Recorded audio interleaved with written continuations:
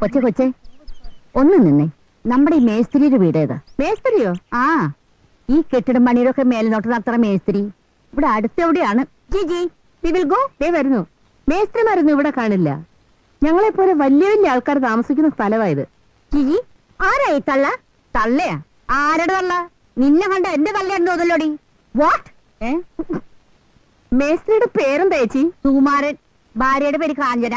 ഓ, നമ്മുടെ കാഞ്ചിയും സുകുമാരനും. സുകുമാരൻ മേസ്ത്രിയാണോ? എഞ്ചിനീയർ അല്ലേ? അവൻ മേസ്ത്രിയാന്നേ.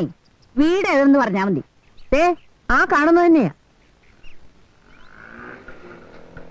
കേട്ടല്ലോ, മേസ്ത്രി. എനിക്ക് അവരുടെ കാര്യത്തിൽ ആദ്യമേ സംശയം ഉണ്ടായിരുന്നു.